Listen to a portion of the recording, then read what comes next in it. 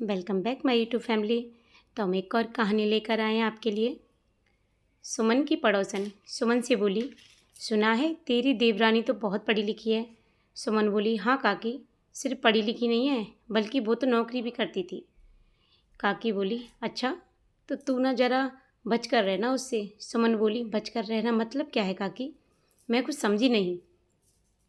काकी बोली, मतलब कि बड़ी तीखी मिर्ची होती हैं ये ज़्यादा पढ़ी लिखी लड़कियाँ। पता चला कि तू है तो जिठानी, पर वही आकर पूरे घर पर राज करने लगे। काकी सुमन के मन में अपनी होने वाली देवरानी को लेकर शक पैदा कर गई थी। दरअसल सुमन की शादी 3 साल पहले ही राजवीर से हुई थी। वो बहुत ज़्यादा पढ़ी लिखी तो नहीं थी, लेकिन उसने आते ही पूरा घर बहुत अच्छे से संभाल लिया था। राजवीर का छोटा भाई अंकित था, जिसकी शादी अब रिया से होने जा रही थी। तब दूल्हे बने राजवीर को देखकर सुमन बोली, क्या बात है देवर जी, बड़े जच रहे हो। अब जाओ जल्दी से हमारी देवरानी ले आओ। अकेले घर का काम करके तो मेरा बुढ़ापा ही आ गया है। रिया आएगी तो कम से कम मैं भी किसी पर हुक्म चला सकूंगी। अंकित बोला, आप भी ना भाभी, कमाल करती हो। धूमधाम से अमित और रिया की शादी हो गई और रिया अपने ससुराल आ गई। उधर जब बारात नई दुल्हन को लेकर सुमन के दरवाजे पर आने वाली थी, तभी एक बार फिर वही काकी सुमन के पास आई और बोली, मेरी बात सुन सुमन, नई बहू तुझसे छोटी है, तू उसे सिर पर मत चढ़ने देना। उसे एहसास होना चाहिए कि जेठानी तू है और वो देवरानी, समझी? सुमन बोली, हाँ काकी, तुम चिंता मत करो, मैं सब समझती हूँ। काकी की बातें सुमन के दिमाग में बस गई थी। सुमन ने भी ठान लिया था कि वो रिया से थोड़ा सख्ती से पेश आएगी। शादी को 1 हफ्ता बीत गया, सब ठीक चल रहा था। रिया बिना किसी के कहे सुमन का घर के कामों में हाथ बटाती। इस तरह सुमन और रिया की अब आपस में बनने लगी थी। दोनों सारा दिन हंसते और बात करते करते काम निपटाते, लेकिन बीच बीच में सुमन को जब भी उसकी काकी की बात याद आती और वो थोड़ा सा सख्त होने की एक्टिंग करने लगती। एक दिन राजवीर बोला, सुमन, एक बात कहनी थी। सुमन बोली, जी बोलिए। राजवीर बोला, वो रिया और अंकित को हमारी कुलदेवी के मंदिर भी तो ले जाना है ना, तो तुम एक काम करो, शहर जाकर उसके लिए एक अच्छी सी साड़ी ले आओ, पैसे अलमारी से निकाल लेना। सुमन बोली, शहर से क्यों, यहाँ हमारे यहाँ दुकानें कम हैं क्या? राजवीर बोला, अरे वो शहर की लड़की है, हो सकता है उसे यहाँ की साड़ी पसंद आए। सुमन बोली, अच्छा, आपने कभी मेरे लिए तो शहर से साड़ी नहीं मंगवाई। राजवीर बोला, अच्छा, तो तुम भी ले आना अपने लिए एक बढ़िया साड़ी, अब खुश। और सुनो, अंकित को साथ ले जाना, मुझे कुछ काम है तो मैं कल पूरा दिन बाहर रहूँगा। सुमन बोली, ठीक है। राजवीर की बात सुनकर दोनों हंसने लगे। अगले दिन सुमन अंकित के साथ बाइक से शहर के लिए निकल पड़ी। रास्ते में अंकित ने सुमन से पूछा, क्यों भाभी, जेठानी और देवरानी की सही बन रही है कि नहीं?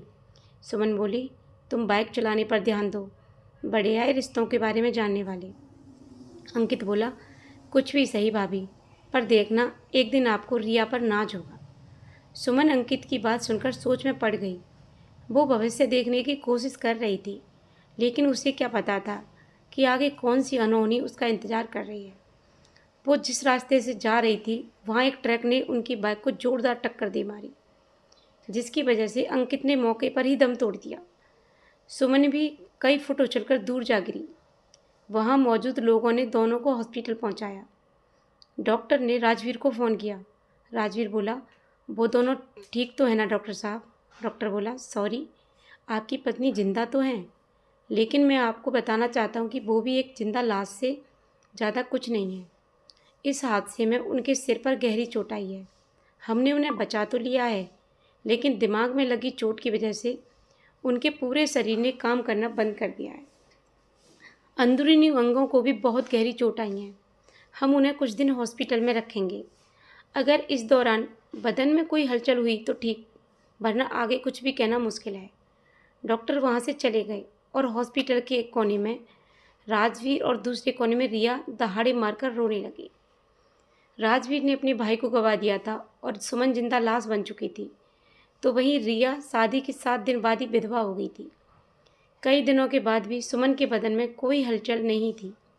डॉक्टर जवाब दे चुके थे। फिर एक दिन डॉक्टर बोला, देखिए राजवीर जी, मैं आपको कोई झूठी तसल्ली नहीं दूंगा। हमारी लाख कोशिशों के बाद भी सुमन की हालत में कोई सुधार नहीं है। उन्हें यहाँ रखकर आप सिर्फ अपना पैसा खर्च कर रहे हैं। इससे अच्छा है कि वो अपने आखिरी दिन आप लोगों के साथ अपने घर में गुजारें। राजवीर बोला, कितना समय है मेरी सुमन के पास? डॉक्टर साहब, डॉक्टर बोला, जैसी उनकी हालत है ज़्यादा से ज़्यादा 8 महीने। डॉक्टर की बात मानकर राजवीर सुमन को घर ले आया। अब सुमन सारे दिन बिस्तर पर पड़ी रहती। उसकी आंखें खुली रहती थीं, पर वो किसी से कुछ नहीं बोल पाती। राजवीर बोला, चिंता मत करो सुमन, तुम देखना सब ठीक हो जाएगा। मैं तुम्हारा बहुत अच्छे से ख्याल रखूँगा। रिया बोली, ये जिम्मेदारी आप मुझ पर छोड़ दीजिए।